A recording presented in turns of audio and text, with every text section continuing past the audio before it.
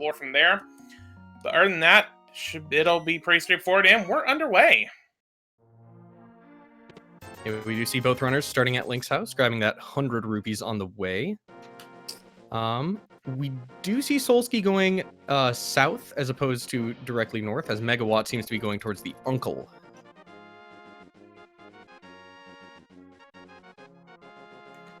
Yeah, we'll most likely see Solski trying to farm bombs here before heads to Kakariko. You have a 50-50 shot of pulling up the bushes and getting them. Meanwhile, just green rupees on the tier 1 tree pole. Yeah, this route that Solski is taking is a bit slower in terms of, check density, but it is a way to guarantee that you get at least a bomb or two before going into Kakariko, which, if you're not lucky, you could end up completely bombless, which is not a lot of fun. That 100 rupees does make it a little bit less of an issue because you can just buy them if you need to, but being able to just guarantee some in your pocket is great. Mm-hmm. Yeah, normally when I do open mode, I have a preference of doing Sanctuary, do Houlihan to get the cash, then do Link's house and the Uncle Tunnel. Just so that way going into Kakariko, I know for certain I have the money. But I know that's not necessarily probably the best route. A lot of the top runners don't usually do a Houlihan. And looks like we had a small key at the race game. Yeah, and that's exactly what I was talking about earlier. You see a small key, you can't afford to not pick it up. Mm-hmm.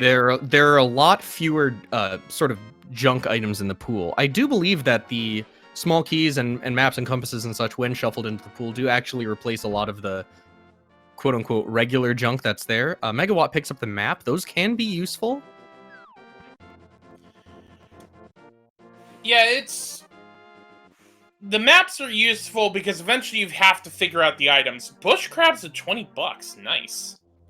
Yeah, the important maps to find are the ones that identify the pendant dungeons and the 5-6 crystals. The 5-6 crystals you can get info on for free by talking to the bomb shop guy in the Dark World. We get the boots in the forest dropdown. That's a nice thing to find. Sort of rewards Megawatt's route. It's not going to make that much difference overall, since Solski will get there eventually. Going back to maps, though, the other important ones will be the pendants, because those are going to determine which dungeons are available, before and after Aga's Tower access, and which ones unlock items on their own.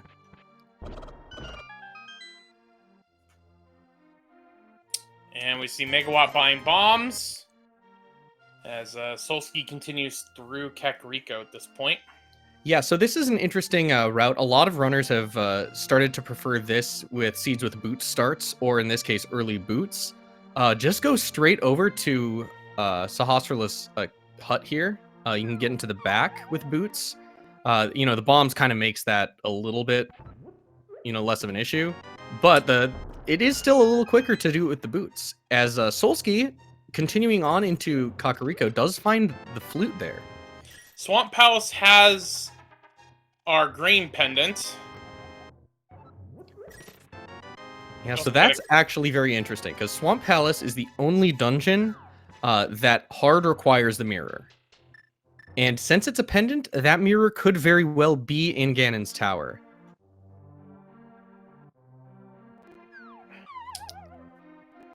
So that's something that these runners are going to be keeping an eye out for early on in this seed. Trying to work out which items that they're probably going to run into and which items that they may not want to hold out for.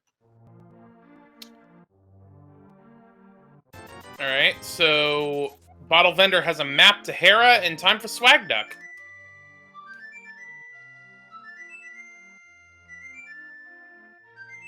Yeah, it's always nice when you can activate the flute right out of the gates in Kakariko here. Megawatt, again, taking the dip into Eastern Palace.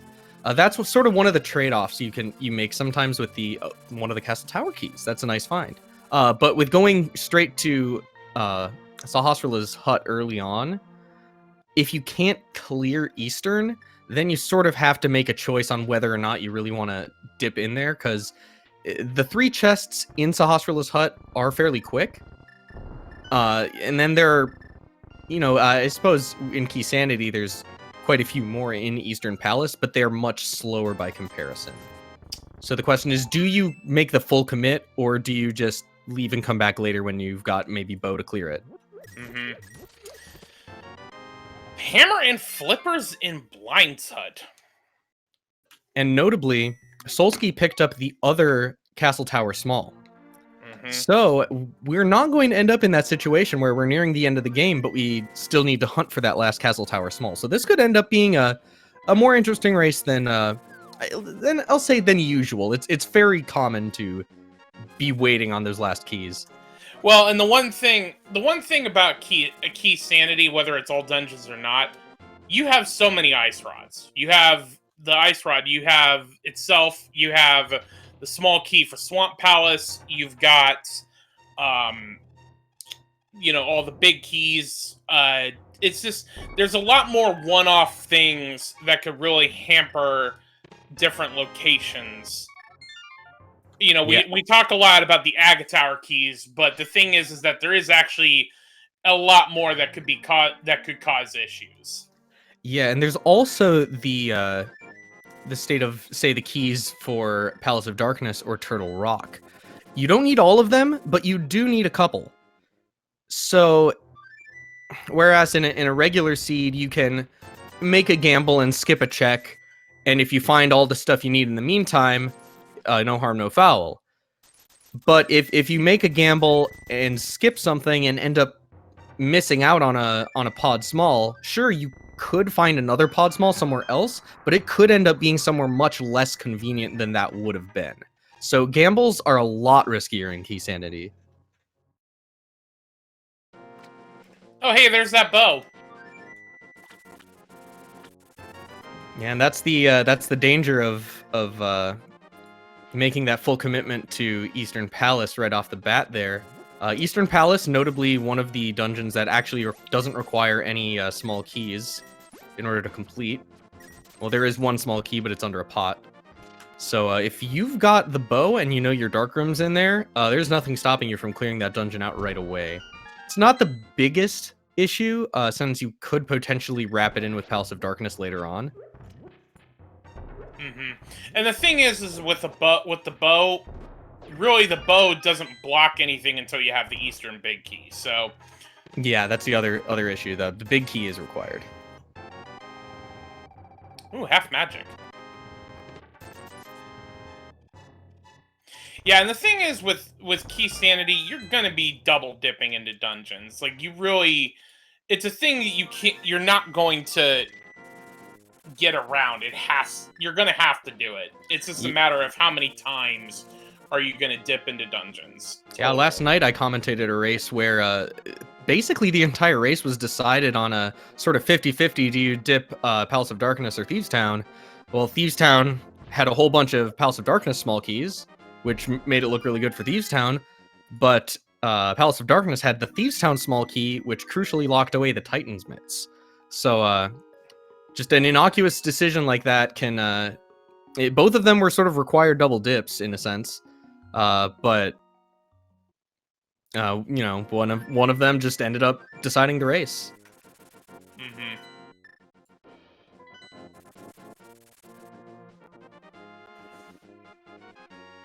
Yeah, Solski still hasn't picked up those boots, so kind of not extending the deficit of time here in a format like Key Sanity, all dungeons Key Sanity. As long as you get the boots relatively early on, the amount of time it's going to make up isn't huge. The boots save less time than people sort of give it credit for a lot of the times, but you still don't want to put it off too long, especially when it's so free.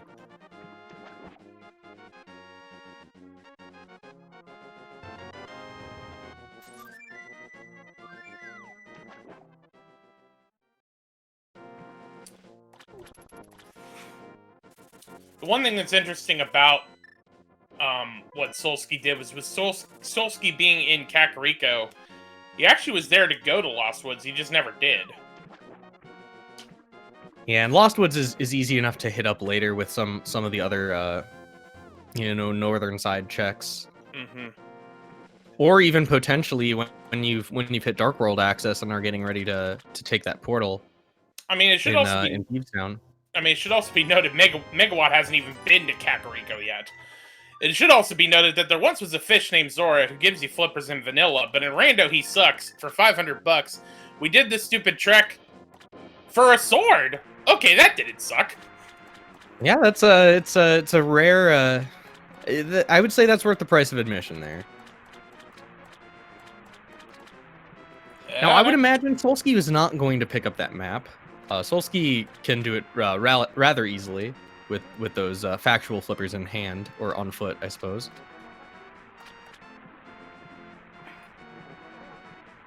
But yeah, Megawatt is now just now making his way back to Kakariko. Without the flute, it kind of makes sense that it was kind of a roundabout path. Without the flute, you're sort of forced to route into what's actually geographically close to you. Solski making a liar out of me, actually grabbing that map.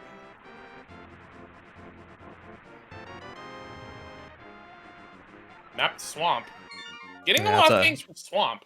Yeah, it's a pretty useless map, though, since Sahasrara already did divulge that dungeon's contents for us.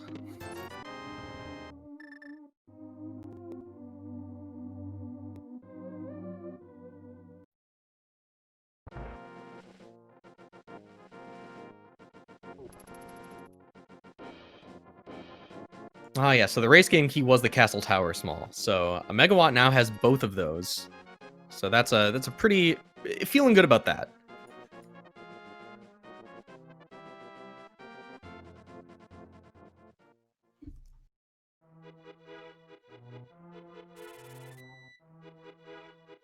And being able to pick up that that blue mail early on is going to be kind of nice, especially since we haven't seen any health to speak of.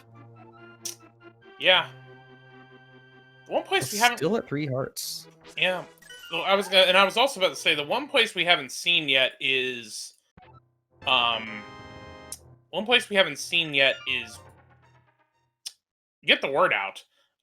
Escape. We haven't been Yeah, to there's Escape the front of Escape. The back of Escape isn't available in Logic unless we find a fire source or a glove upgrade.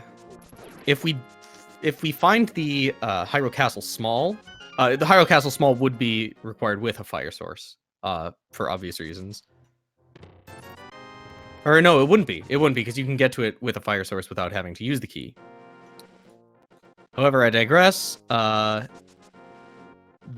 gloves would be much preferable because it allows you to get to the back, which is 3 easy items.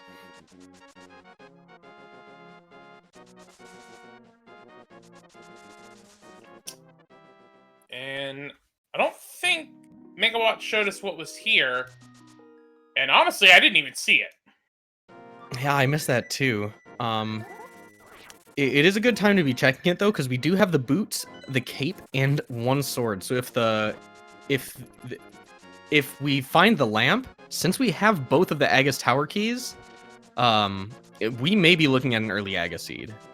You want to know something interesting? That first chest in Aga Tower is in Logic, because you don't need the lamp for that one. Yeah, that's true. You can't. Both runners can logically access that chest, so that could very well be our lamp.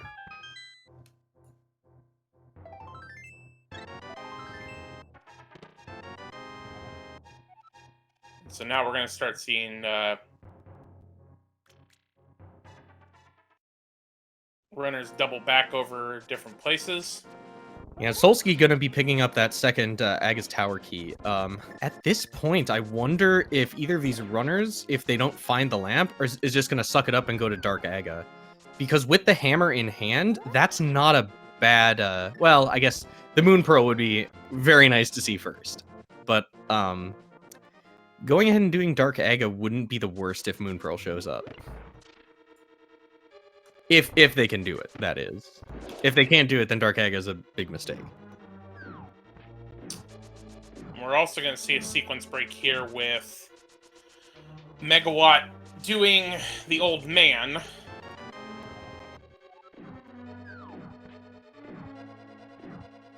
Yeah, when you have mountain axes via flute, it's, you know, even if this check isn't considered in logic until you have the lamp, a lot of the time it's handy just to do it. The mountain is a great save and quit spot, since it's the best place to, if you save and quit, to refill your health and flute away. Just a Skullwood Small, those are unfortunately entirely useless.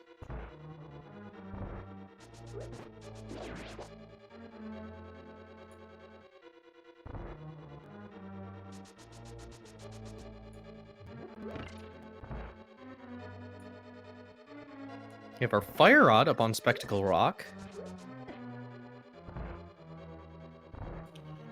Which, if we found the big key, would put Armos Knights in logic. It doesn't really do anything else for us at this point. Fire Rod, you cannot use it for, Aga,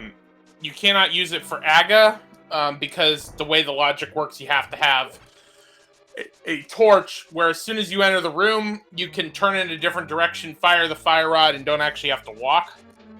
That's not the case in the Aga Tower, so it's not in logic. Yeah, I think the logic actually considers any room with a torch in it as being in logic. However, most of the rooms that have torches are, you know, have them easily available from where you start.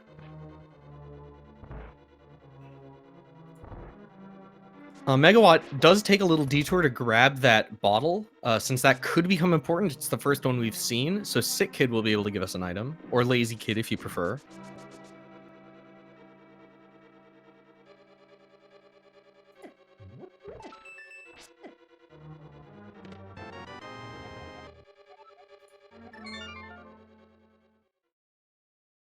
So now Megawatt's going to be giving us a look into Lumberjack Cave, so let's keep our eyes peeled here.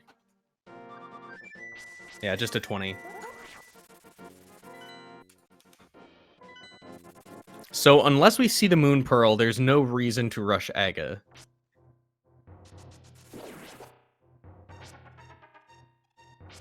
The only other real reason to rush Aga would be the possibility of Moon Pearl on Pyramid Ledge.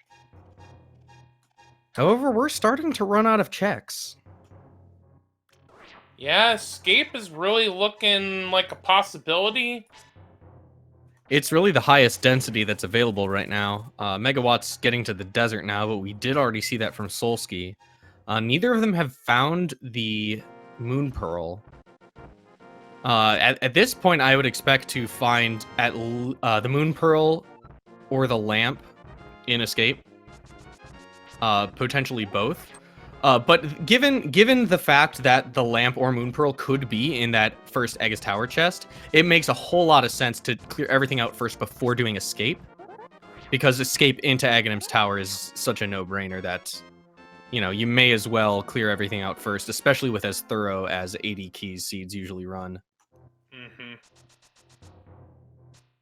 It's kind of unfortunate because, you know, you could take a chance and get a huge advantage, but... Ooh, Solski giving us the hover here. Skipping that detour I mentioned earlier. That's a flex there. That's a pretty significant time save, honestly. Inching over there is way faster than going out, dropping, coming back all the way around. It's one you don't see every day. No, you don't. Yeah, but as I was saying earlier, the skipping stuff really sucks in AD keys, because chances are you're going to have to go pick those up anyway.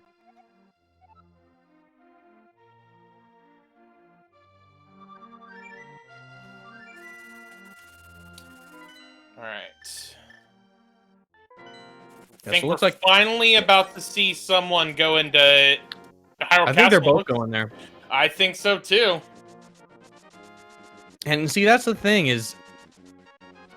Oh no, Solski didn't do Uncle yet, so Megawatt has a slight advantage here.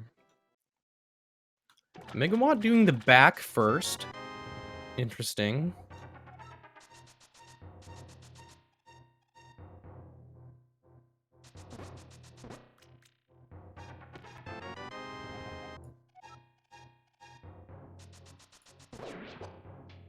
But yeah, just due to the nature of how all Dungeons Key Sanity plays out, you know, if you have an Aga required seed,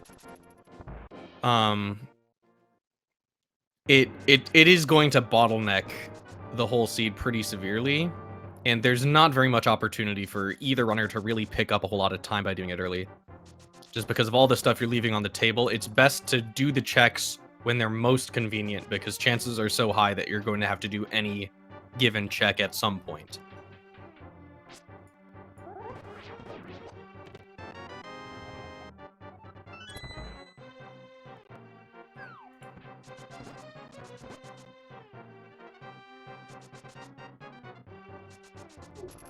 I didn't see the item in the back, but oh, that's pretty slick there. Megawatt takes that exit so that a death warp from the bottom will take him to that entrance.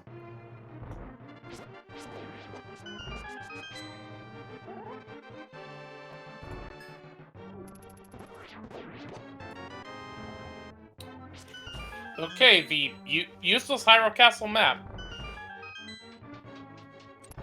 So it's all down to unless there's something else hiding that we have sort of forgotten about. I think it's down to Zelda's Cell and the first Aga's Tower chest. They basically have to contain the lamp.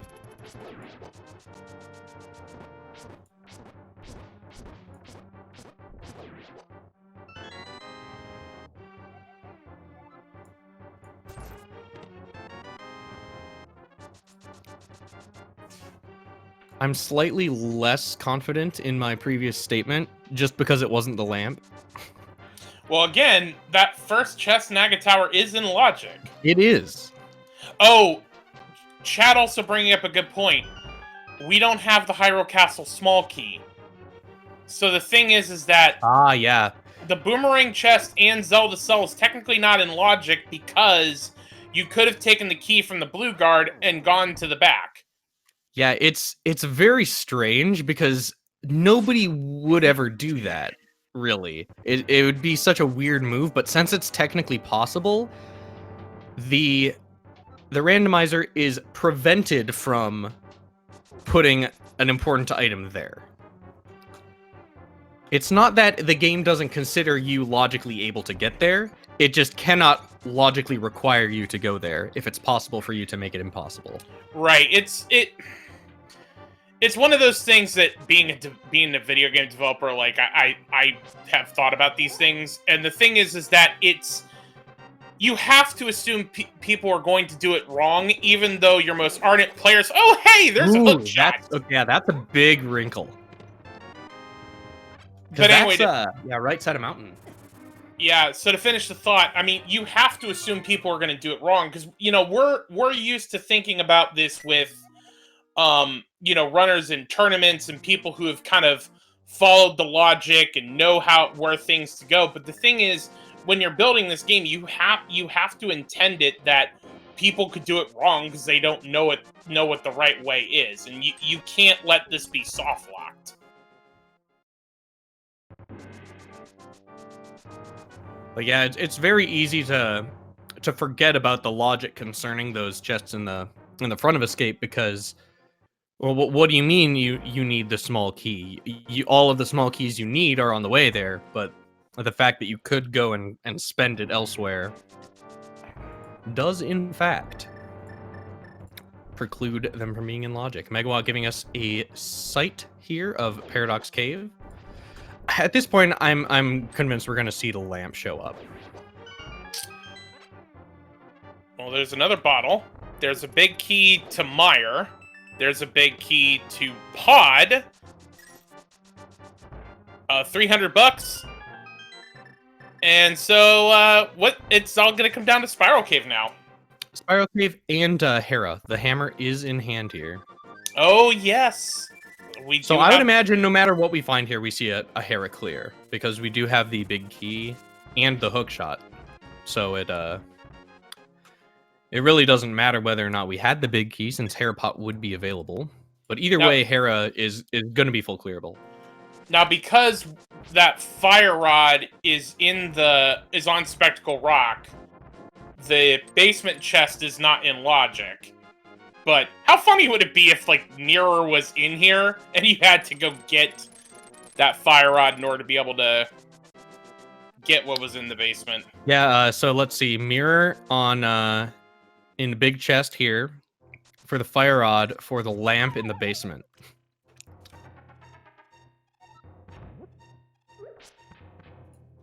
But so we see Megawatt going straight into Tower of Hera, picking up a second sword. Pretty nice there. Opens the door by accident. No intention of going down there, despite running down there at maximum speed. Trying to set up for the Herapot glitch. Yeah, there's multiple ways you can do this. Yeah, Megawatt decides to go for the more consistent, but less awesome looking bomb setup. It's sort of a trade-off. The hook speed setup is really fast to try, but it's really inconsistent. But you can try it over and over again, and for a lot of runners, they just find it more comfortable to do it that way. But the bomb setup is, I believe it's older. Vanilla Moon Pearl too. Shoutouts. The bomb setup is older and it's more reliable. You line up the pixel and it works every time.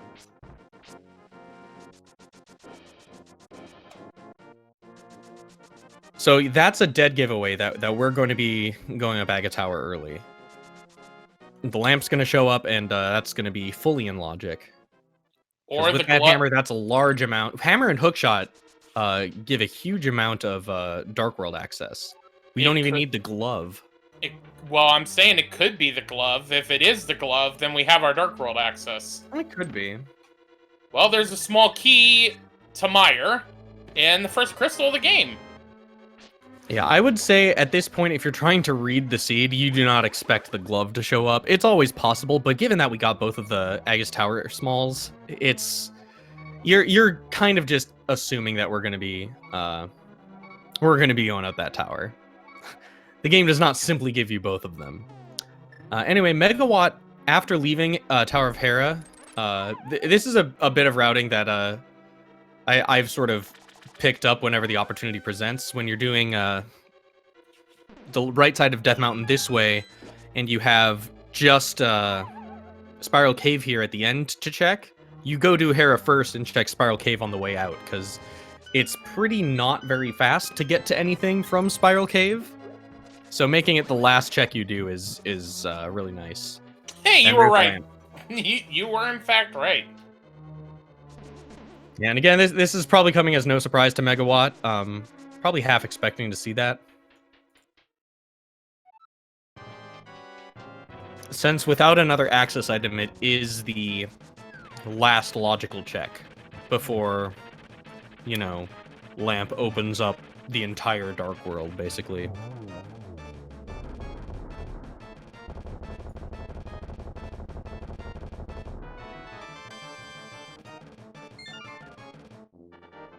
And Solski has his crystal. And now we'll be doing the second item in Aga Tower. And you gotta think the logic is wanting you to finish this. Oh, for sure. Even if you get something great in the second chest, you finish it anyway. We do have to do this. As nice as it is to mirror right after the Aghanim 2 fight, and just do it right at the end before the Ganon, I mean, if you're going as far as the second chest, you just finish it out. Yeah. Especially since it gives you guaranteed Dark World access. That is true. And since it was the small key to Swamp anyway, you're doing it anyway. It's just, you know, fun things to think about. Yeah. It is an important thing to note, though, is while you're playing Rando, there is a certain amount of, okay, here's my set play, here's my plan. And you have to sort of be constantly weighing, okay, if I find something, how important does it need to be to cause me to change my plan? At this point, I think the plan of just going straight to the top of Aghanim's tower, defeating Aghanim, getting that Dark World access, that's a strong enough plan that almost nothing you find in that second chest is going to change that. That's still going to be the best play. That maybe wouldn't be the case a big example would be Thieves Town. You can be like, okay, I'm going to do the front of Thieves Town, and you do the front of Thieves Town without going into the back, and all you get are, say, the 4 dungeon items. That's not going to be happening today because they're scattered all throughout. You may decide to change your plan and go back. Just a for instance, I'm by no means a rando. Let's see, encyclopedia. No, and that makes sense. The thing is that I do actually agree with you. You have to stick to a plan. The minute you start trying to react to it, the minute you start trying to like overthink things is the minute you start losing. Sometimes you're going to have to take risks, and you just have to live with the decision of the risk. Yeah, and the fact that's the sort of the one of the first major lessons anybody who starts playing rando regularly kind of learns is, you know, it is RNG based. There is an element of luck, but the best way to take advantage of luck is just to be decisive. You pick something and you stick with it. And over time, your gut instincts are going to become more and more correct because you're going to keep making bad decisions, and you're going to learn to not make those bad decisions again.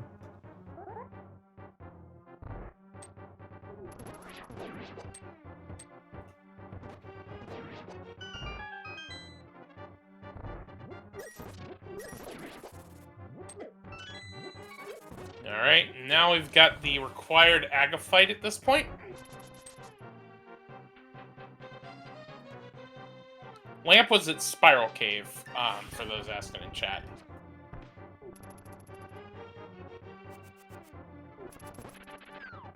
Yeah, so Solski a little bit behind. This Agaphite is not the fastest.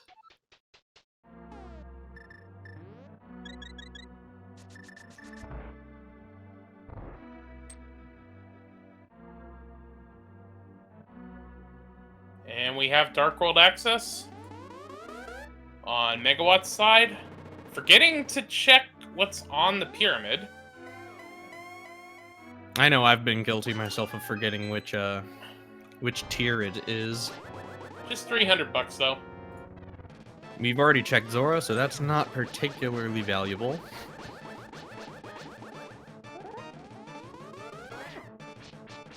Yeah, Megawatt going straight for the south area, going, I presume, to Hype Cave. The other option would be wrapping around north for going to Village of Outcasts. That would be more attractive if we had Mirror, because then we could wrap in Graveyard Ledge and King's Tomb. In this case, though, I think this is the better play. Chances are pretty slim that we're going to find 2 gloves here for village access, but there's enough items here to make the trip worth it anyway.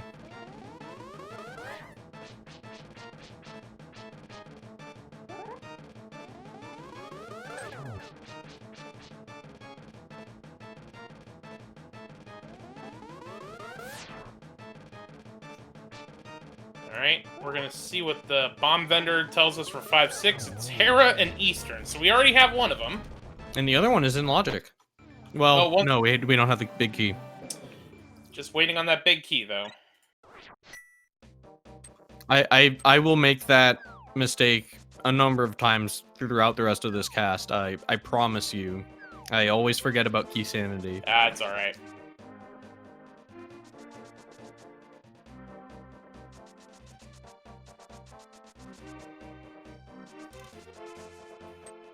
The Compass of Tower of Hera, it tells us where the boss is. So Solski here, actually taking the alternative route that I mentioned earlier, deciding to go north instead of south here. Unless something huge shows up on Dig Game here, it's not going to be a bad move. We did find the book, which allows us to look through desert, but we don't have the small key or the big key, so the value of that play is quite a bit lower. And just 10 arrows on the Dig Game, so Solski getting a little bit of a lead here into the Dark World, since Megawatt's going to have to go all the way back up and around. And Solski may well be able to check all of the checks that Megawatt did in reverse order.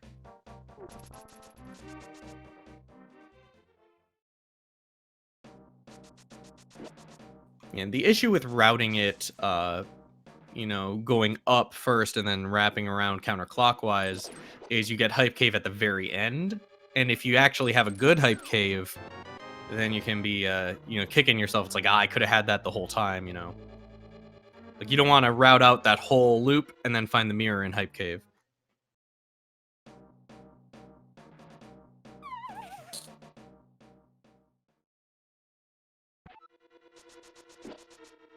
Alright, so now we're gonna see what is here in the front of Skullwoods. Big key to Eastern. There's There our it is. Yeah, that's 5-6. So we could have something important here in Pyramid Fairy fairly early on in Logic. Yep. Now, a lot of people like to consider the front of Skullwoods as sort of a pseudo overworld check, and that's even more true in Key Sanity. In normal, Skullwoods has 2 item checks, and both of those can be in the back. But in Key Sanity, the front of Skullwoods becomes unequivocally useful. Like, it's just all checks. It's just great. It's basically a second Thieves' Town. Mm-hmm.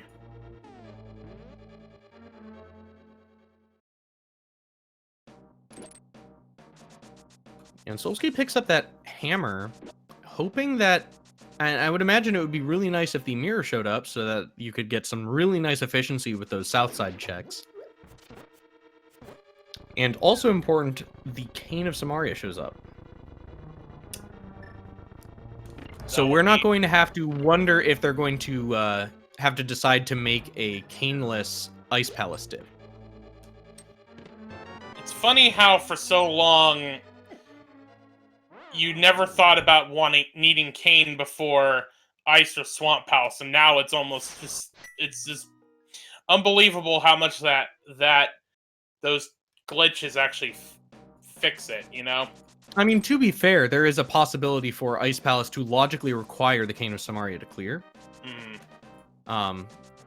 In a standard non-key sanity, if Cold Stare has a small key, then the game expects you to be able to obtain the Cane of Samaria before completing the dungeon, since you can use it to hold down the switch. And honestly, it's even without Icebreaker, having that, if you don't also, Ice Palace bomb jump notwithstanding, if you're doing it completely glitchless, you can still use the Cane of Samaria to cheese that dungeon completely legit. Mm-hmm. What do you mean it's not intended?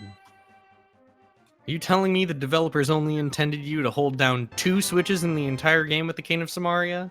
Mm-hmm. I mean, who knows? We do find our Tempered Sword, though, in the brewery. Yep.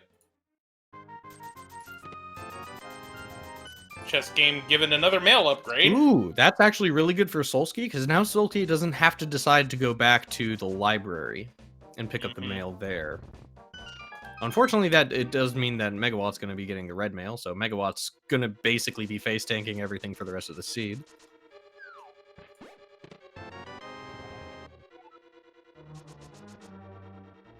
But we do have to say goodbye to Black Frost, which it's a little disappointing.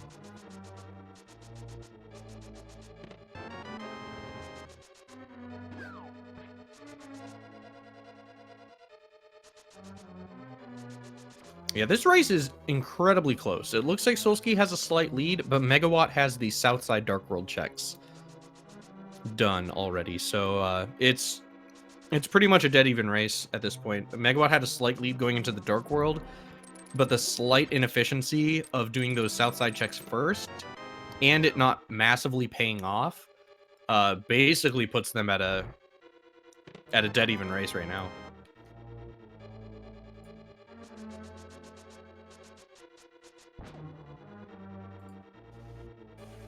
Now, even though we don't have the small key, you would assume, especially as, well, Solski's about to do it, go finish the dungeon. Yeah, I mean, this is a gamble that I think is all right to make even in AD keys. Just because Thieves Town doesn't really get much faster, and even without that one, there's still enough back here that do you really want to put all of that off just so you can do it all at once? Not really. I think you just hope that it doesn't make sense to do that anyway, and like even if you could have done it all in one go, it wouldn't have been a better play to do that anyway. It's kind of hard to explain the concept behind it, but I feel like finishing it now is the right call.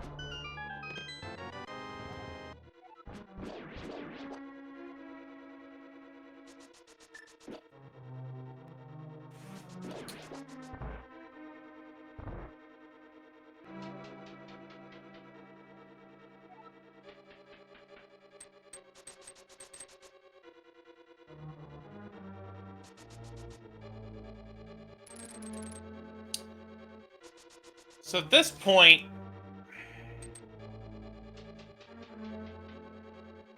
you've got a couple places we can go in terms of overworld, Hype Cave and the south stuff. You can get into Pod, but you can only check the first chest. Yeah, it's going to be interesting to see where Megawatt goes after Thieves Town, since Solski is obviously going to wrap around south. Also takes an unfortunate death there, trying to get cute with the conveyor belts down there. That's actually about as big of a time loss as you can get in Thieves Town. Since Thieves Town is a dungeon with a couple of major checkpoints. If you die on the boss fight, that's actually not nearly as bad as what Solski just did. Because Solski has to do the entire counterclockwise wrap around this area to get the switch state in the right position.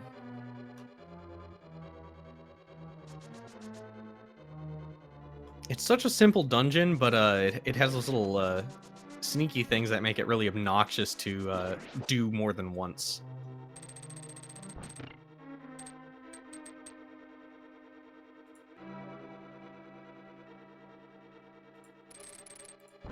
Yeah, Megawatt exits the basement before Solski's even made it back there, which this dungeon is made quite a bit faster with boots over non-boots. But like the real time eater in this one is just it's so many screen transitions. Yeah, that's the unfortunate thing with the death. And like I was mentioning earlier about how people often overvalue the amount of time that boots saves, especially in a long all dungeon seed, you've got a lot of screen transitions that are gonna eat up a lot of time. Boots don't make those any faster, so you want as few of those as possible. Small key to Ice Palace and a pendant.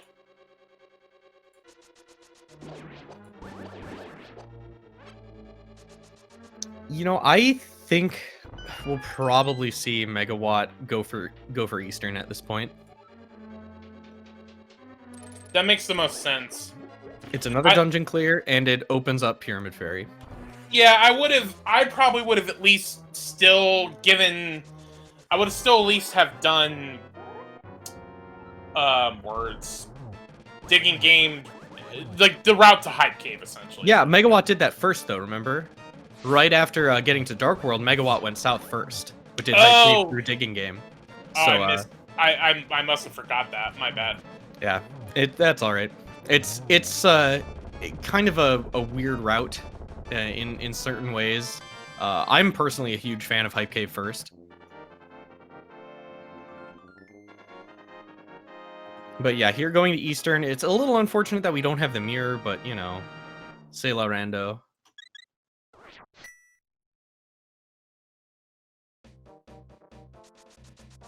And yeah, so Megawatt's just going to laser to the back of this dungeon. We've already seen the front. We'll see if he forgets to check the big chest. I've seen that happen before.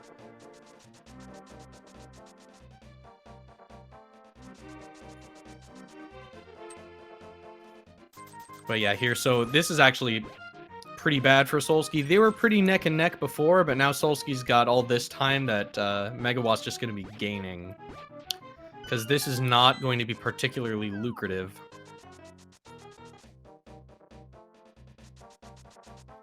And you can sort of see the effect of taking that Death in Thieves Town, not even interested in picking up those red and blue rupees. Usually it's, you know, it's worth it in case you want to buy a potion later or something, but even any little extra bit of time you can make up is going to help soften the blow of that death.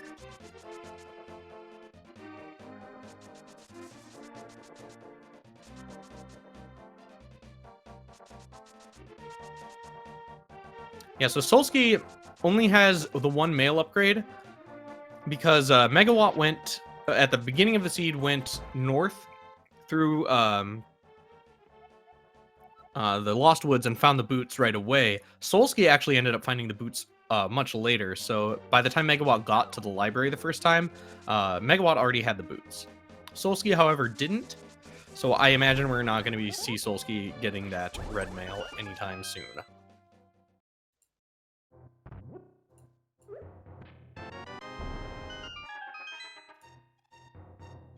So Megawatt into Armos Knights.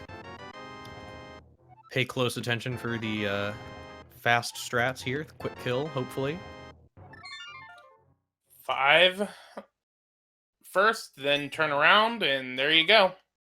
Yeah, so when the last knight turns red, no matter what, its health resets, it takes 3 arrows. If you can deliver the final hit before it activates that last phase, you can save a little bit of time. It's not massive, but it makes a difference when you're doing it with the wooden arrows.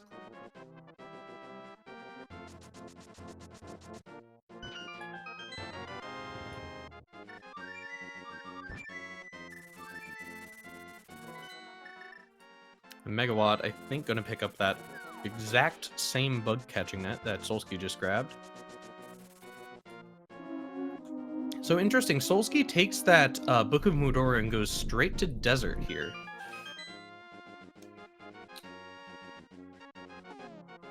You can only really do 2 checks here. 3, but you have already seen what's on the ledge.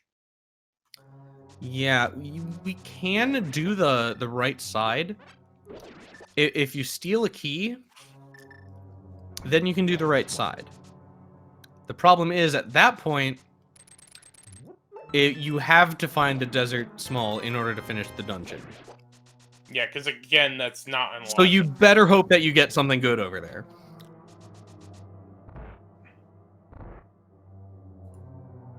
So yeah, we're going to be seeing the Pyramid Fairy from Megawatt as Solski. I wonder if this is an attempt at a power play after having taken that presumably costly death. You know, you take that death against in a league like this, you know your opponent is not going to be so far behind you that you can afford to make a mistake like that. You got to make it up somehow.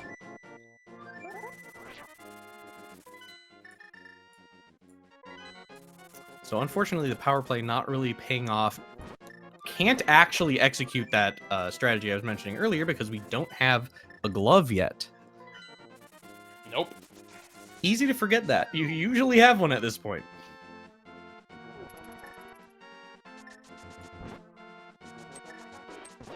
And there they are. Megawatt rewarded for following the chain of logic all the way through to that Pyramid Fairy. A lot of little subtle things about this seed that are hinting really nicely towards the right play. You know, the fact that those 2 red crystal dungeons, or 5-6 crystal dungeons, were so readily clearable, especially with the added constraints of key sanity. You need to find the small key, big key, you know, whatever you need. It's always nice to see something like that pay off in that way.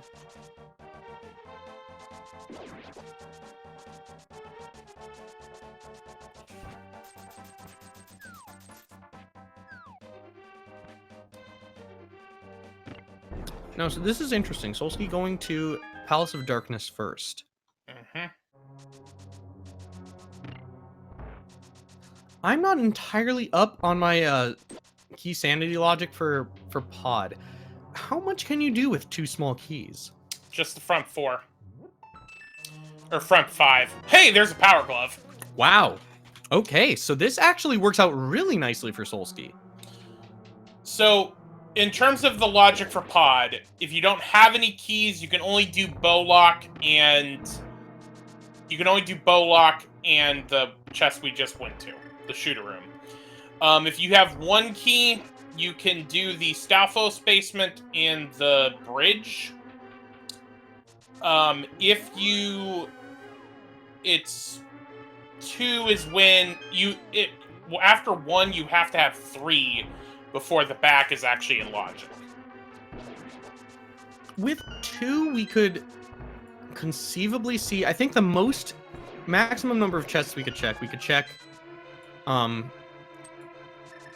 everything in the front minus the vanilla big key. And we could do a dark maze and a big chest with a hammer young. Yeah, I mean, you can do it, but logically you need... And then you still have 1 key and be able to still go to Helmasar to clear the dungeon. I imagine that Solski is going to want to try to clear here since we do have the big key. And yeah, Solski's going to do that first before anything else and figure out what to do later. Yeah, I mean, you can... Maybe even leave and come back when you can do the whole thing. I mean, you can do it, but the thing is, again, you would need 4 keys for it to logically make sense. Because... And the thing with Helmasar is you need all 6 before Helmasar comes into logic. Right, but I mean, I feel like that's a kind of logic you're not overly concerned about in Key Sanity. You'd like to get away with as few pod smalls as possible, so you don't want to have to go hunting them down. So I think the Solski's making the sort of the smart play here is like, hey, you know, go into pod, finish it, now it's done. And then sort of figure out what to do later.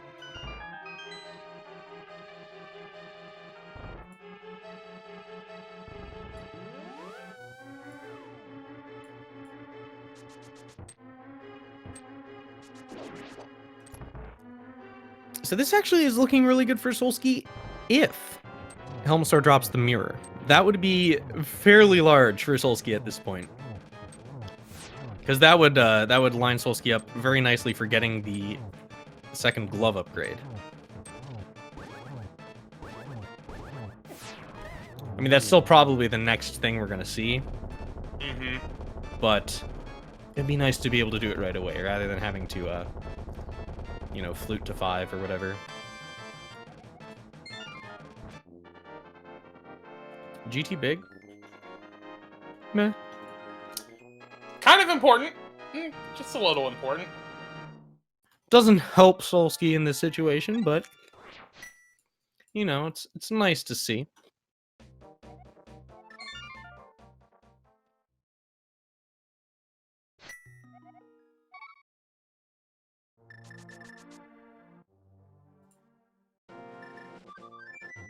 Yeah, so for those of you just tuning in, Solski has 1 glove, Megawatt has 2. The one Solski is missing is in Pyramid Fairy. This was an Aga-required seed, so we had a lot of work to do to get those gloves.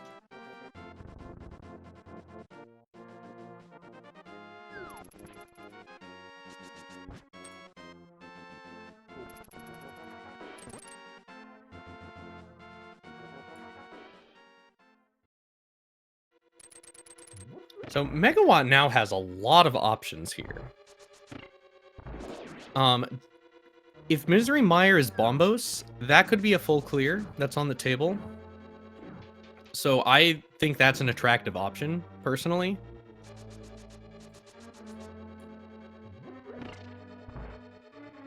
Because even if you don't have the right medallion, you still get to check Mire's Shed. The only downside is you can't also check Checkerboard without the mirror. Mm-hmm. Depending on what medallion's there, you could finish Mire. The other option would be to make the play for Dark Death Mountain. Mm-hmm. That sort of has the downside of not having the potential of a dungeon clear, but it's a lot more items. It's also information you're going to need for Turtle Rock. Yeah, I mean, if Turtle Rock is Bombos, well, then you might have to consider taking a peek at one of the chests in there. I mean, I wouldn't say have to, but you never know when grabbing that first chest in Turtle Rock with no rods is going to be the right play. Ooh, Solski messing up the kill. Fires that first arrow a little bit too early.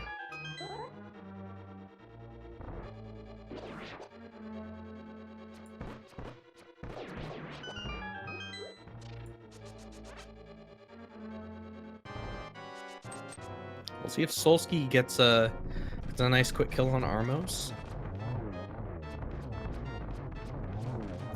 So you see setting up that last one with the 2 hits so that it only takes 1 more arrow. I dare say that's slightly faster than Megawatt's fight. So very nicely done there.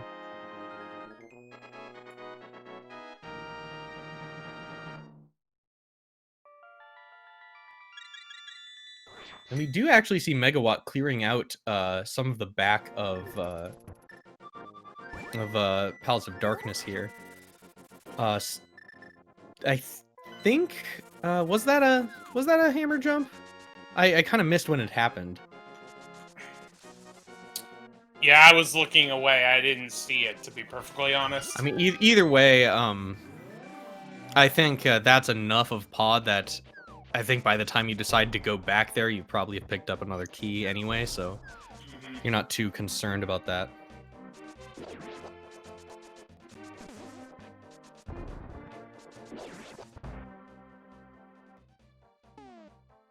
And those skulls showing why the Dark World is the worst world.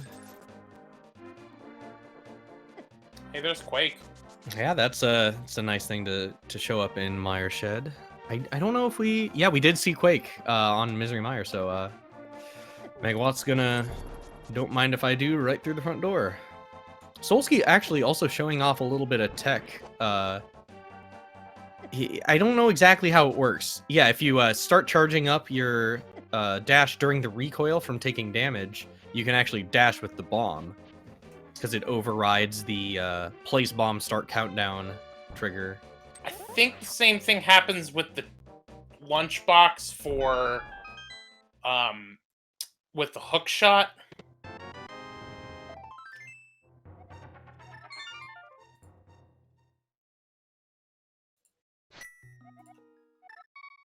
But anyway, Megawatt is actually going into Mire, so we're going to see what going on there.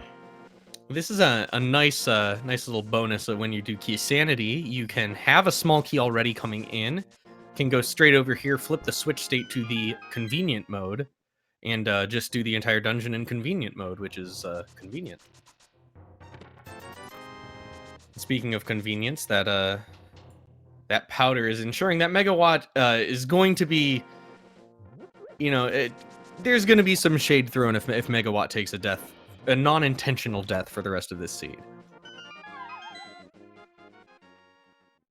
Not much more he could want in terms of safeties. Oh man, Desert Big, if the mirror shows up in this dungeon, this is a god route in the making. Absolutely.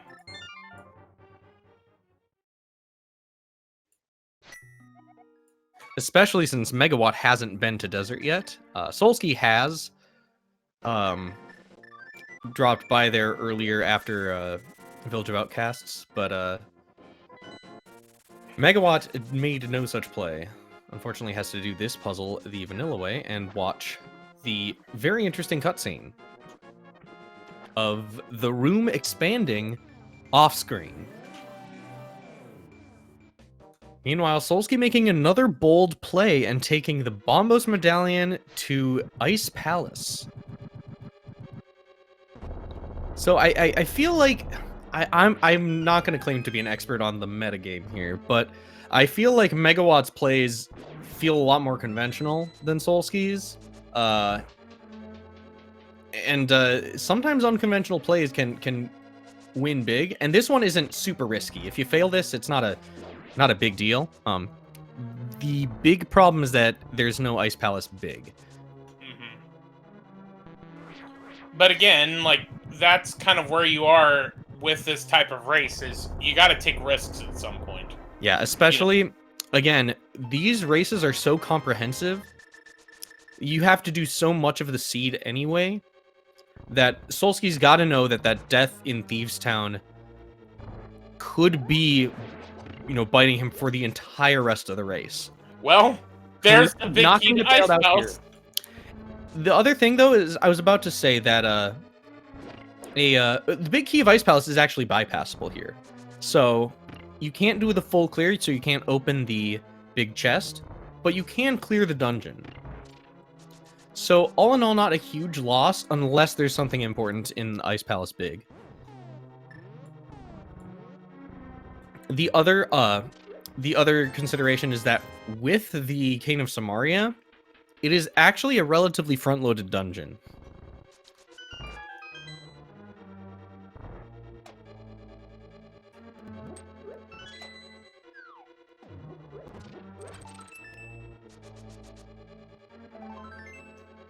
And additionally, diving down here, knowing that the fire rod is locked behind mirror, is makes this a slightly more attractive play, because you know that you're going to have to at least wait for mirror to show up before you can do this with fire rod, which is a little faster. It's not quite as slow as Bombos. And we do still have that fire rod waiting on Spectacle Rock.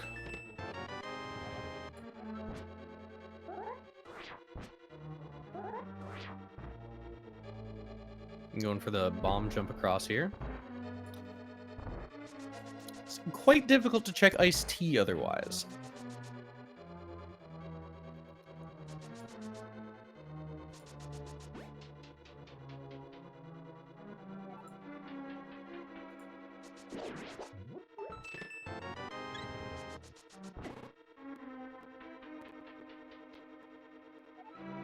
Meanwhile, Megawatt takes down the arrow, or the eyeball with arrows, rather. Yep. And there's the Hyrule Castle key.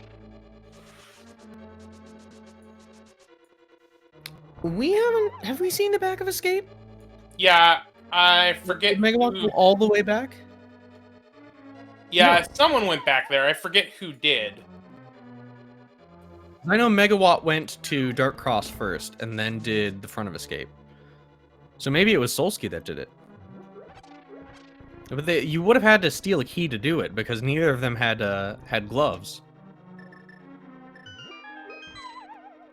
Okay. I'm going to trust our tracker there in chat. Said both of them did it. Yeah, once you get the first glove... Once you get the first glove, that is in logic.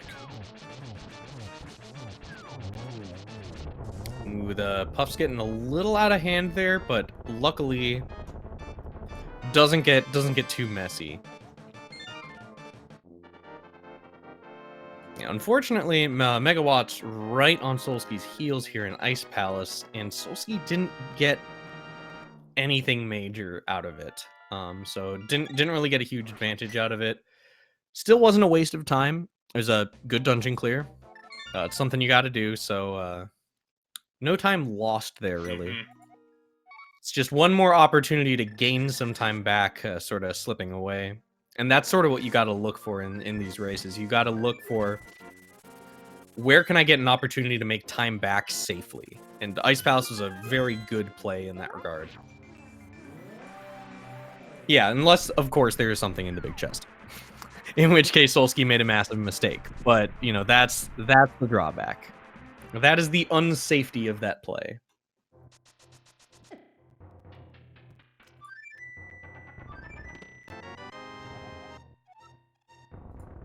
Now, Megawott has a little trouble with that icebreaker, but manages to push right on through the wall there, extending the doorway state, making the game think you're still in a doorway.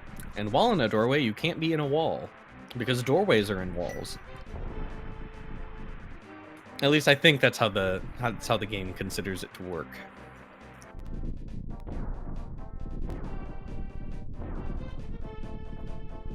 Now, Solski is going to be going here through Mire. We already saw Megawatt do that. Megawatt's going through Ice Palace. We just saw Solski do that. But pay close attention, because Megawatt is almost certainly going to open that big chest. And we're going to see what Solski left behind.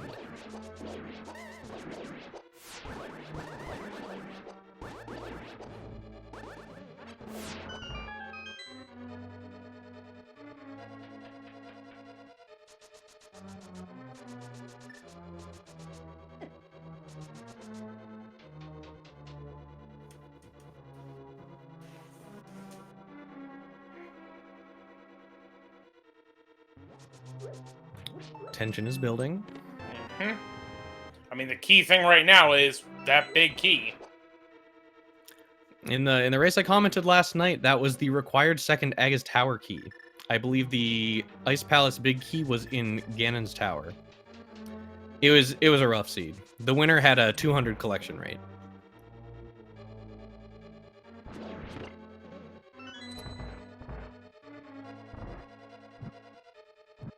Yeah, well, Megawott, here we go. Slightly different tack here. And once again, Link is float, goes right through those blocks. Just a big 20. All right. So risk averted there by Solski. That was the risk that you take by doing Ice Palace without the big key. So I really want to emphasize that I think that's a good play, what Solski did there, because Solski had to know that there's some time to make up. You take that risk, you risk one check to potentially get something early.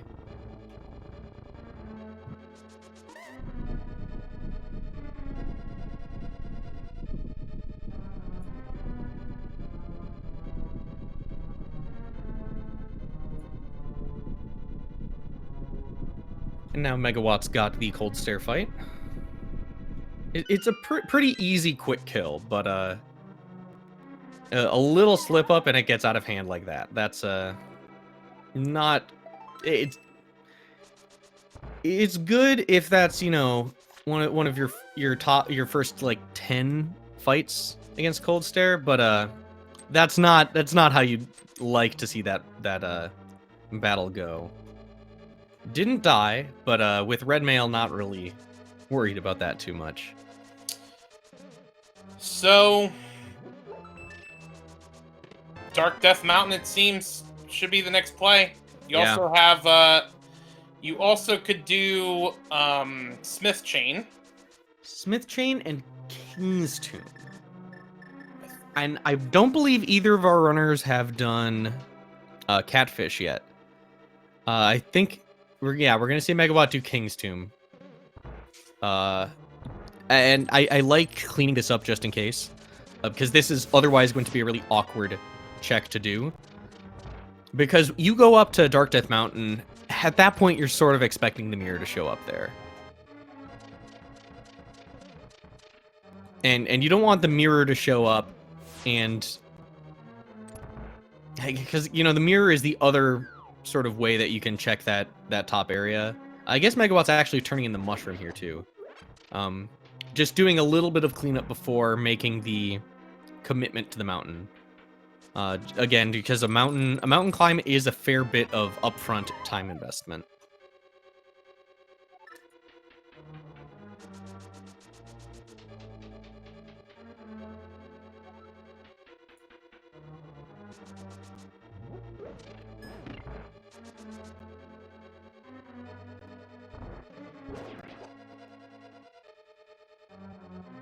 Oh, actually, no. Since Megawatt didn't find the mirror in Misery Mire, I guess we spoke a little too soon because we were talking about finding the mirror in there.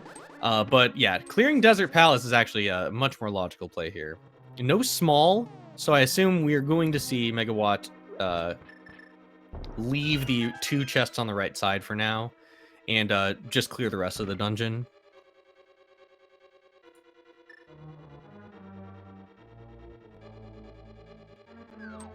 Finding a lot of those 20s, though.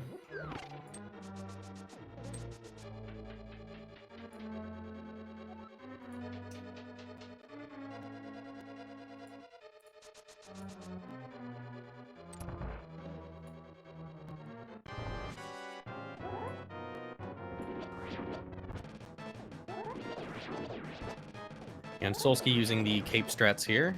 Very handy with that half magic.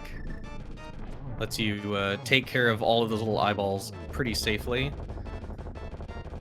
I prefer the dash through method myself, not because it's faster, but because it has a significant increase in swag.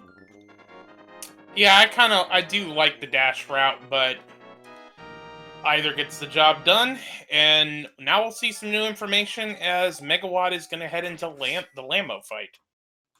Yeah. Another quick note on that Vitreous fight. I don't think it makes much difference if you've got all 4 sword upgrades, but with the tempered, it's obviously ideal to go for the spins instead, since it takes less of them.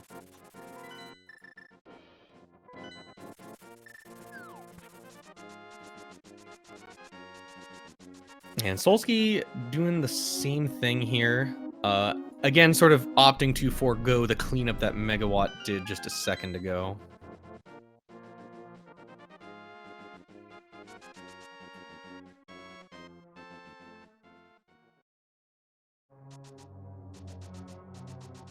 So at this point, you know, if Solski doesn't end up cleaning up those checks, or ends up able to clean those up in a slightly more efficient manner, this is a little bit closer here, honestly, than it might have appeared earlier.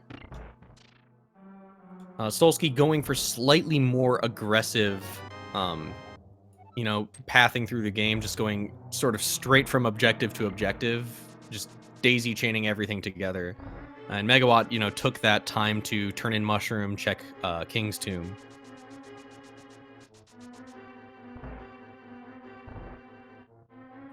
We'll see if Solski ends up doing those again later, but for now, Solski seems to be gaining a little bit of ground at least.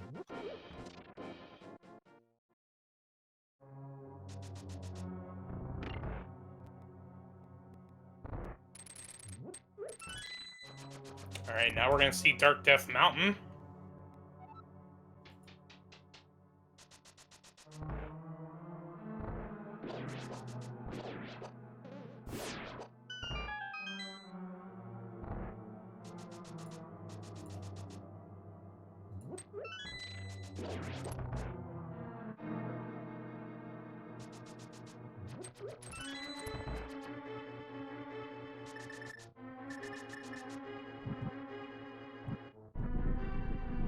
Ooh, those torchlights were very attractive.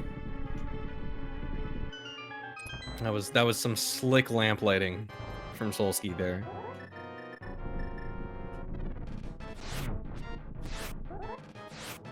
Got Ether Tablet before we head into the Dark World.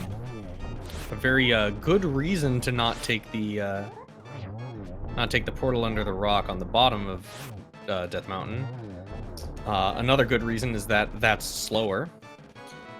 What's also slow is the Terra basement. I get why Megawatt's doing this, right? Because it's AD keys. We still need, let's see, what do we need to find? We do need to find the Ice Rod.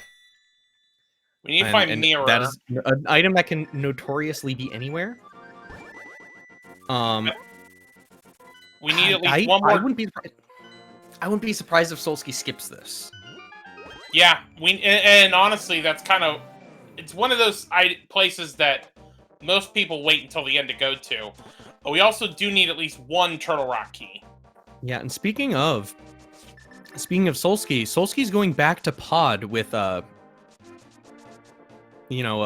pocket full of keys here. So Solski is actually going to be able to get some checks that Megawatt left behind in Pod. I don't think Solski went back for any additional checks. after defeating Helmasaur. I could be wrong about that, but Solski should be able to get most, if not all, of these checks here.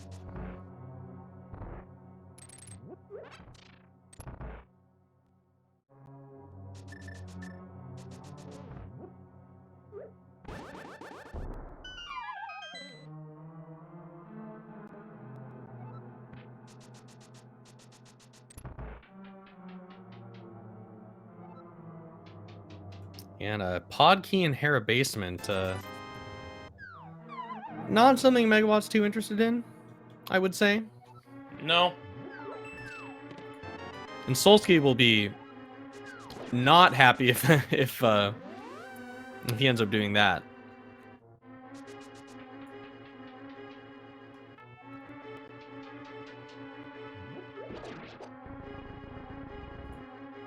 We unfortunately won't be riding the lightning tonight since both Misery Mire and Turtle Rock are Quake.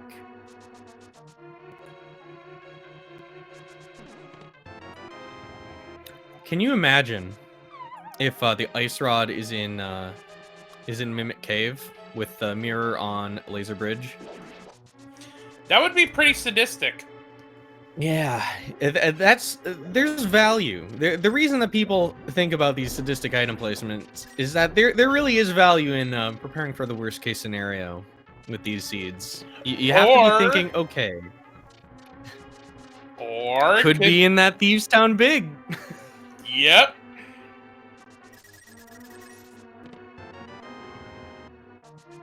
Given the way Megawatt's been playing, i.e. pretty conservatively and picking up a lot of those, those random one-off checks here and there, I wouldn't be surprised if we saw Megawatt go there sooner rather than later. Obviously not until it's not a bad play to make. But we may eventually see Megawatt go back into Thieves Town.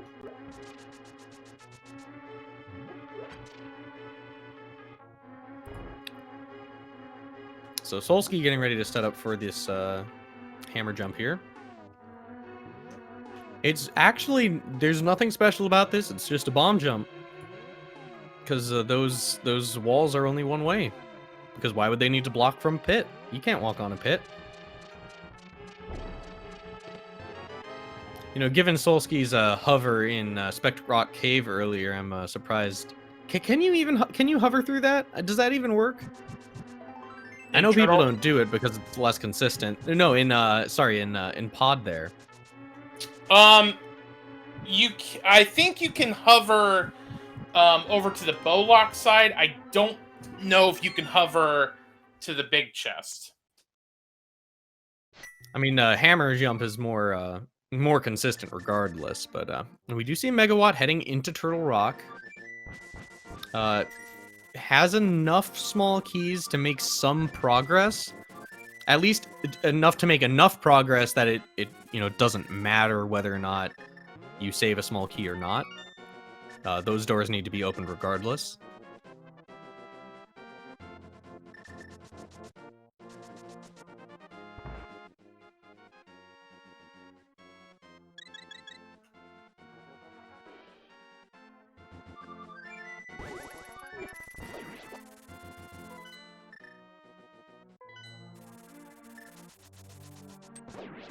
I do not believe we have seen a ped check at any point. And unless Mira shows up soon, we're not likely to. Solski is opting to do Smith Chain before going up the mountain.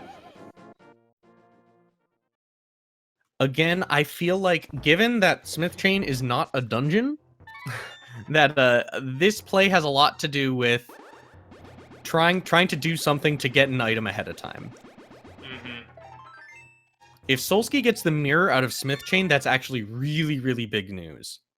Because that would mean that Megawatt is going to be losing time here in Turtle Rock. Really, at this point, whoever has the mirror is going to be in a huge advantage. Or Ice Rod. Ice Rod. We still need to find the mirror before we can clear the dungeon, though. But you know what that Ice Rod isn't... You know what this means? That's Crystal 7. That means it could be in Ganon's Tower. The mirror? Yeah. You kind of need the fire rod to defeat Trinex, though. Oh, right. I forgot about that. It's easy to forget about. Icehead's easy. Firehead would be a little difficult. Icehead would be difficult. Firehead's easy with Ice Rod. I do remember the version of this game I played when I was a kid was the Game Boy Advance port, and that one during the Trinex fight actually will. I think when the beams of magic or whatever hit the Fire Breath, Ice Breath hit the back wall, they'll drop magic refills. When I found out that they didn't do that in the original, I was like, oh man.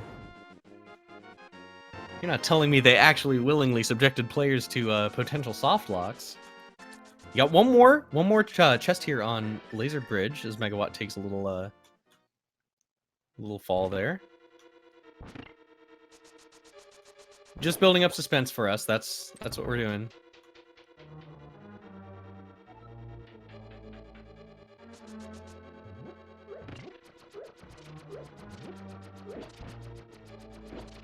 And yeah, Megawatt found that mirror. So bad news for Solski. Worse news that Solski is doing the Hera basement for not but a single pod small.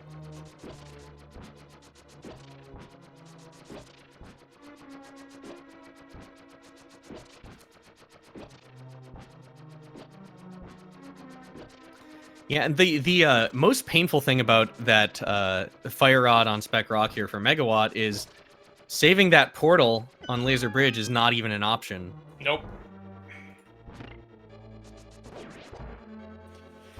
You can save a portal as long as you don't have to use the mirror again.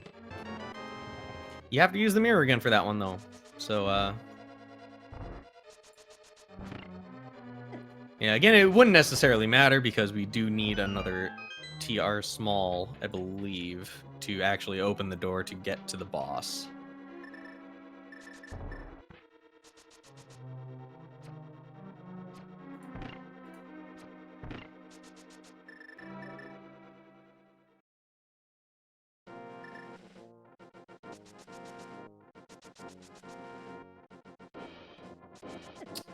All right, and now we're gonna see saving quick because honestly, at this point, Swamp Palace would probably be the best thing to do right now. But of course, he's gonna prove me wrong and go finish Skullwoods. Yeah, Skullwoods, Swamp Palace, it's kind of 6 of one, half a dozen of the other at this point. You can also wrap in a ped check. But at this point, do we really have anything else we're looking for? Just another small key, I guess.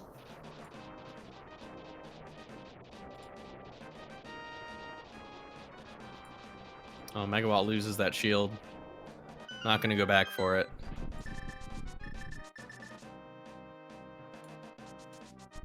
Tracker better get on top of that. Take that shield away. This man doesn't have one anymore. He's gone rogue.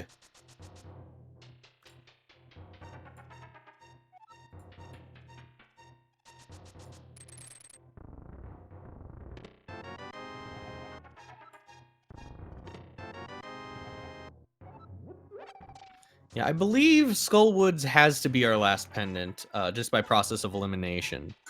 Mm-hmm. So, with this, I mean, doing Swamp Palace first wouldn't have been a bad play, honestly.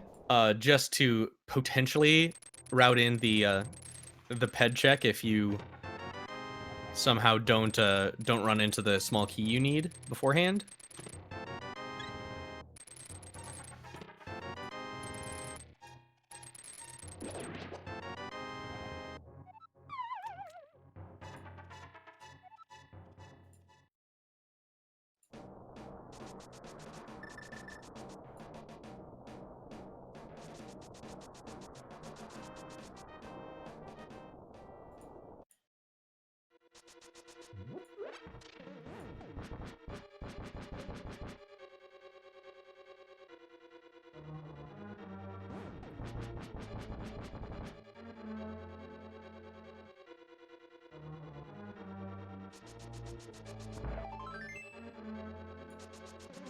And Megawatt into the back of Skullwoods. This is a new area, never before seen content. Mhm.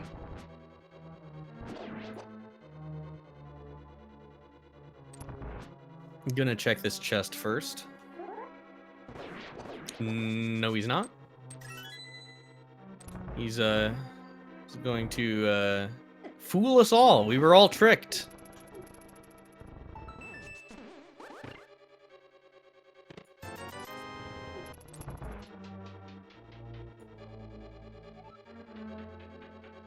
Aha, the suspense was rewarded with a GT small. We now have 4 of them, which is twice as many as we need.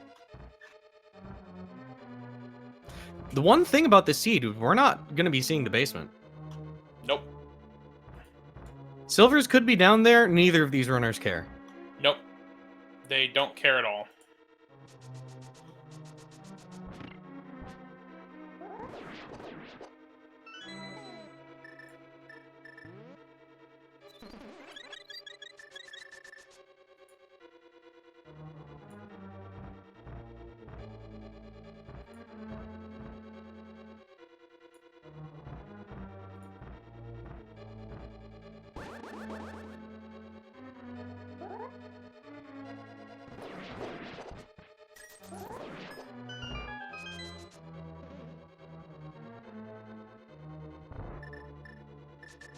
Yeah, Megawatt here now can do the smith chain slightly more efficiently with the mirror.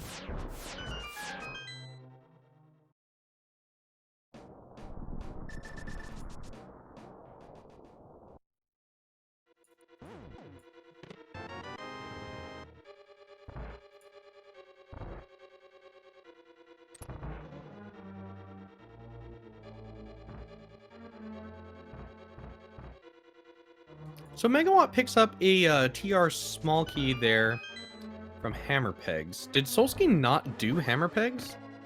I don't know. But that would be go mode, I think. I know Solski did magic bat. I kind of stopped paying attention after that because I'm a bad commentator. Should have kept watching because if our tracker is to be trusted, and most of the time I do trust our trackers because they do their job and they do their job well. Solski didn't pick that one up, or failed to pick another one up somewhere. But regardless, that should be go mode for Megawatt. So Megawatt just needs to clean up Swamp Palace, and we're up to TR and GT to finish this seed off. Mm-hmm. It's a pretty fast time for AD keys, honestly.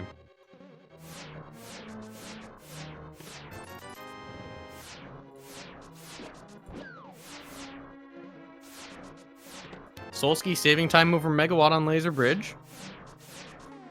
Presumably will also save time in back of Skull Woods, because presumably Solski will not try to open the chest with the mirror.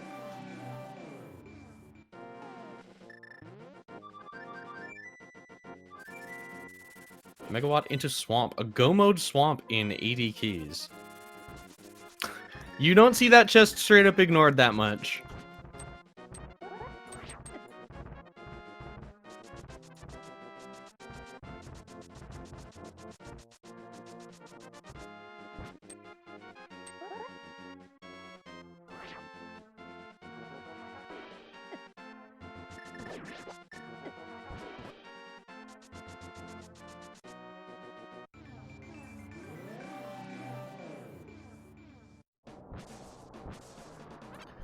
Yeah, so I would say that this is a comfortable lead for Megawatt. This is Megawatt's race to lose at this point. This is basically just gonna be raw muscle memory execution through the end of the race here. Just finish Swamp Palace, go through TR, and then just the tower climb, because we've already defeated Aga 1.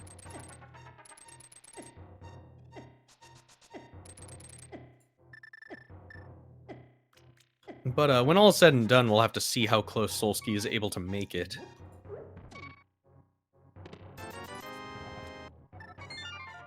There's a 4th Turtle Rock key. So it actually would have been faster to just go right to Swamp Palace.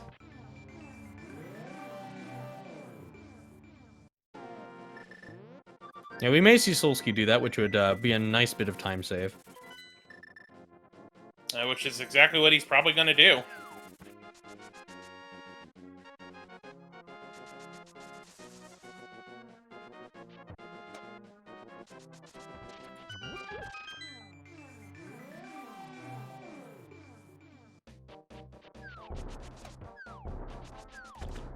Time for the Argus fight for Megawatt. Ooh. Unfortunate. Solski's going to go check K45. Nah. If it's the silvers, though. Still, it probably wouldn't make a difference, but... You'd still have the ability to feel good about that play.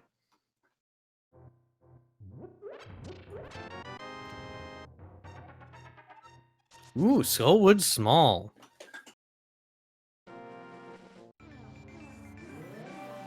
Won't have to pick up the pot or kill the mummy. Nope. It's gonna be a pretty big time save in Skull Woods over Megawatt's 2 trips to the small chest and the 1 trip back to Mothula.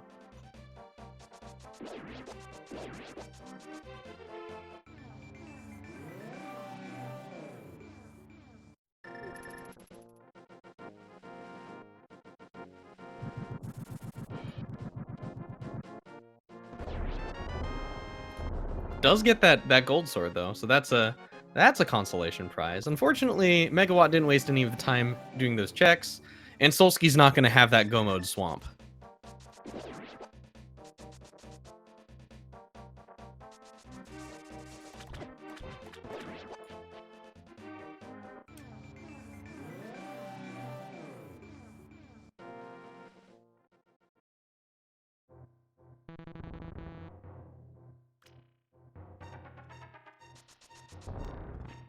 Alright, so now Megawatt will just be heading in to finish Turtle Rock and then head to GT, run the gauntlet, and that should be it. Yeah, it's kind of unfortunate that, I mean, again, not that it would have made a huge difference, but the fact that there's a GT small in Swamp Palace here is really not going to make a big difference because the time save of getting that first over checking hammer pegs is completely negated by the fact that Solski's going to be opening up, you know, most of the chests here anyway.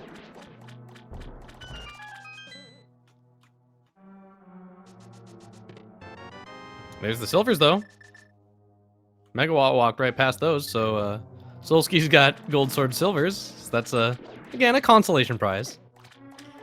Don't know if it will make up the difference at this Honestly, point. no, it won't. No.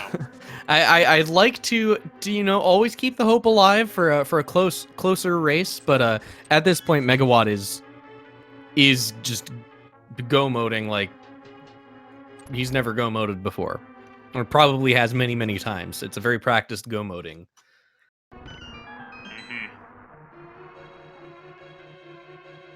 Especially since you know, Megawatt finished Swamp Palace several minutes ago now, and Solski still has Skullwoods to do, so... Unfortunately, there's not much of a way for Solski to get back into this. You know, unless we go to the age-old suggestion of how many Ganon Falls would it take for Solski to win.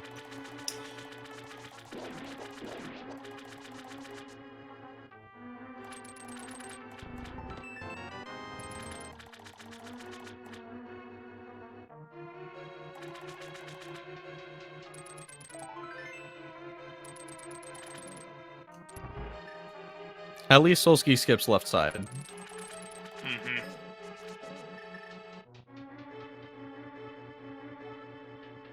So this was actually not a terribly impolite AD keys seed. You know, there was a little hullabaloo with the you know, the mirror and fire rod placement, but as AD keys go, that's not terrible. Yeah, it wasn't Not a lot of dungeon double dips. Not a no GT mode shenanigans.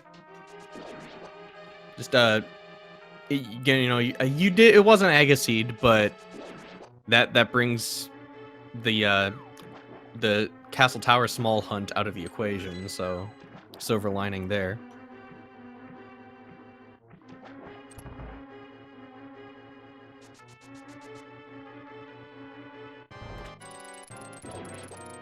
Alright, well that's all of the regular dungeons, so now we just gotta run the gauntlet for Megawatt.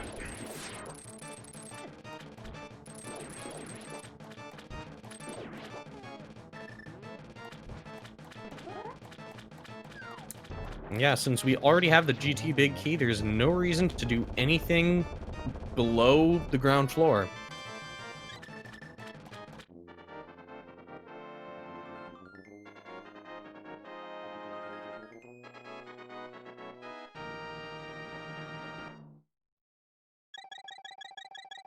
Yeah, Wall Kicks makes a good point. Does Megawatt know how to defeat Ganon without the silver arrows? We'll have to find out together. I figure, given the level of runner, it probably is going to be a yes. We don't know. We don't know.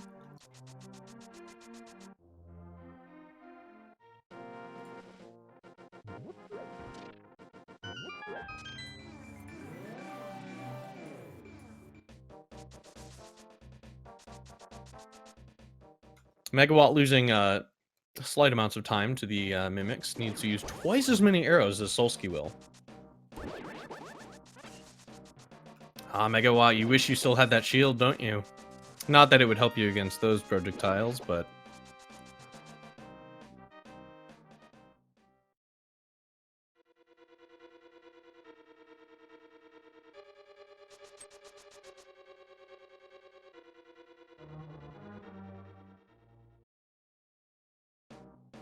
Megawatt putting the spikes back in their little cage.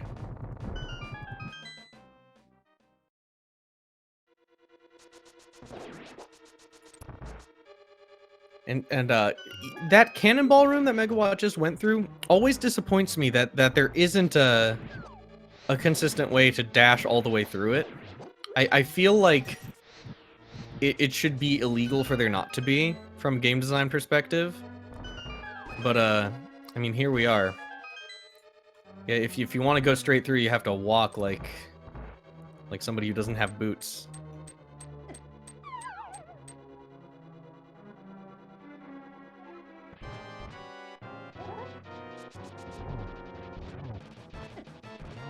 Alright, so as Solski's taking care of Mothula, Megawatt's going to be into lane mode 2. Yeah, not the cleanest gauntlet overall. The back half was pretty good. But, you know, we'll still take it. We take those.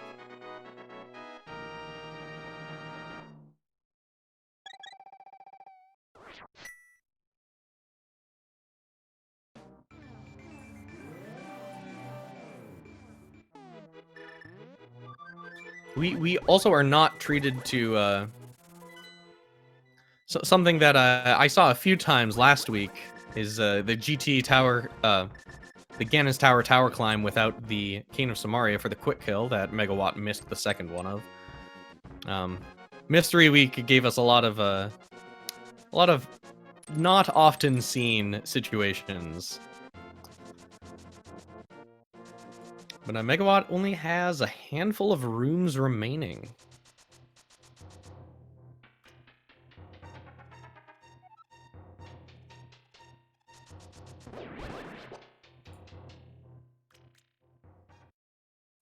Megawatt has to go for the lamp. Almost runs out of magic.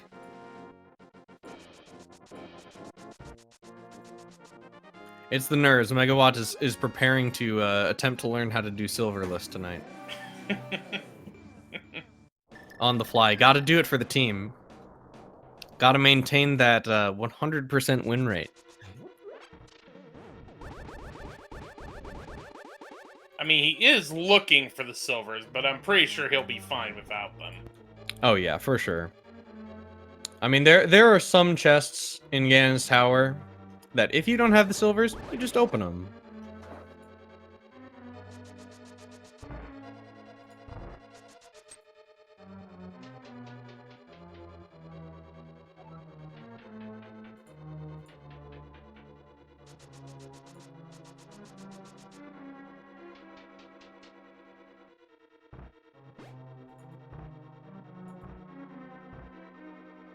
I've always thought that last room there was such a random room to put between the last boss rematch and the final approach to Aga 2.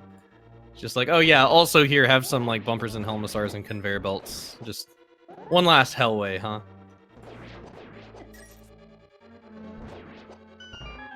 And Megawatt on to one of my favorite boss battles in the entire game, Aga 2.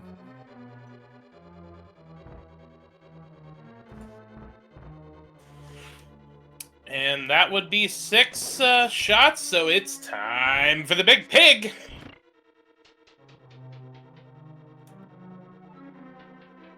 Yeah, now a properly executed silverless fight, I think, takes around 2 minutes. Maybe a little more.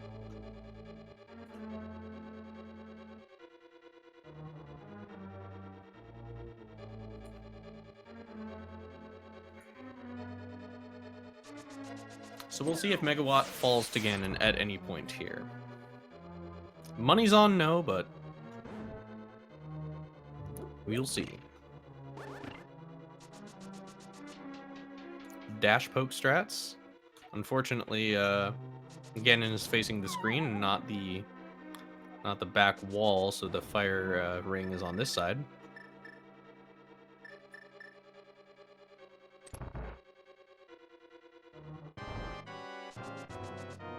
And Solski enters the Trinex fight just before Phase 3.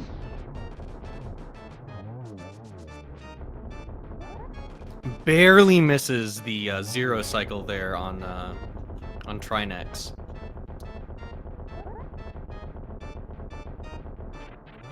I believe that is a Gold Sword exclusive strategy.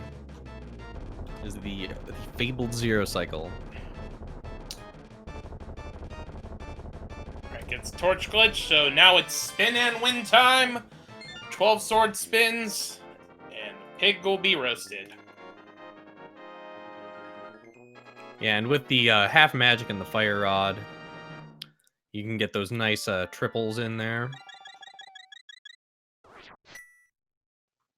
Without using the fire rod like that, is actually not possible to hit Ganon more than twice per torch cycle. I know I personally am only consistent with the 2 per cycle. If I try to get 3, I start dropping them. It's definitely a skill worth practicing, making sure that, you know, when you do have silverless fights, that you can do them quick, because you never know if your opponent picked up silvers somewhere. And as Solski walks in, Megawatt finishes with an official race time GG time of 1 hour 43 minutes and 17 seconds. Spam those GGs in chat. And at this point, we can officially report that Solski has forfeited, unfortunately. No shame in that. You know, at this point, you know that you know what you got to do at this point, and nobody really needs to practice their Gold Sword Silver's Ganon fight. So, I believe we're bringing in our racers in for an interview. Yep, GG to Megawatt. Thank you. So that was quite the interesting race, and location of gloves and whatnot. Oh yeah, definitely. That's exactly what I was thinking too when I first found my first glove upgrade. Like, wow, I either it's never happened to me before, or I just can't remember the last time I've gotten my first glove from Pyramid Fairy, and I thought the seed was really interesting for that. And then the second glove was just in the first chest of pod, and I was like, oh, well, this is suddenly no longer very interesting. So, when you picked up the hook shot, Mhm. How certain were you that it was going to be the lamp? Almost 100% certain. Like, especially in AD keys, that kind of thing is really easy to tell early game. If I get 2 Castle Tower small keys and a sword and a cape, and I'm bottlenecked into the first chest of Castle Tower, it's either going to be the lamp that I was missing or something that leads to it, and I'm going to have to like kill Aga to get anywhere in that seat.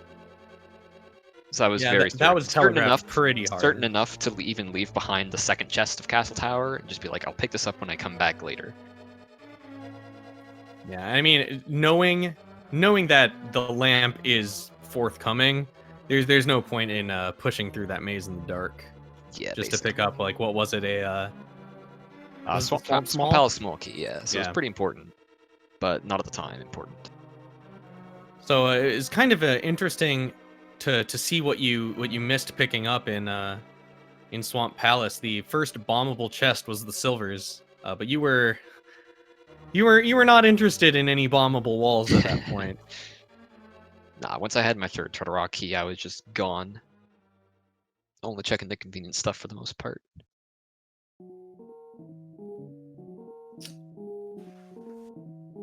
And It's sort of hard to say where this race kind of fell off the rails a little bit.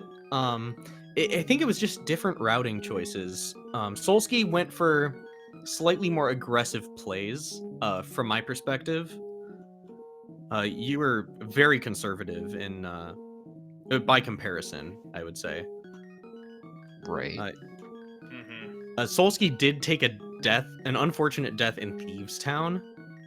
I think it was in the conveyor room, in the basement. So after that point, it was I think just a lot of attempts to make up some time that didn't end up playing out the way they were drawn up, which that's how it happens. Yeah, it's still rough though, especially in like a tournament race where Yeah. you know every second counts, and something like that. It's just it's not great for the mentality. I've been there And before. especially in 80 keys, since skipping something is so risky in 80 keys.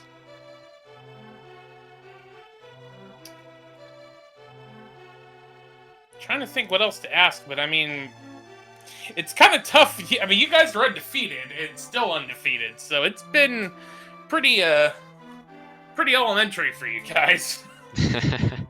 I'm shocked that we're still undefeated at this point, honestly. I figured we would have dropped at least like 2 or 3 games, and I'm just dumbfounded as to how we're still we haven't taken a loss yet. It's gonna happen soon. It has to. Well, mark those words.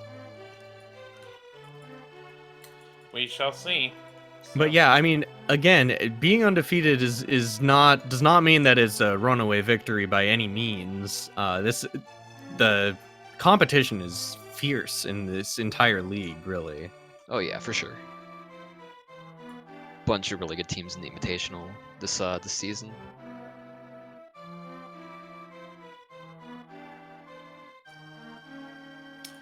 So, well, any final thoughts before we wrap up shop here? GG's to Solski. Thank you two both for commentating and Rowland for tracking, as well as thanks to our restreamer. I really appreciate the work you guys put on tonight. Then, well, thank you. And please be sure to give both Megawatt and Solski follows on Twitch. As Megawatt mentioned, we have Rowland Tanker as our tracker, keeping track of all the stuff. And as Mara, it was certainly a pleasure having you in the commentary booth tonight. Yeah, likewise. If you guys are hungry for more Rando, we've got one more match that hasn't started yet tonight at 10 p.m. Eastern on SpeedGaming 3. That one's going to be Team Kappa versus the Tile Roomies, Gamachu versus Jay Meisher. So if you've got time tonight, be sure to check that one out as well. And until then, we'll see you all next time. See you next mission.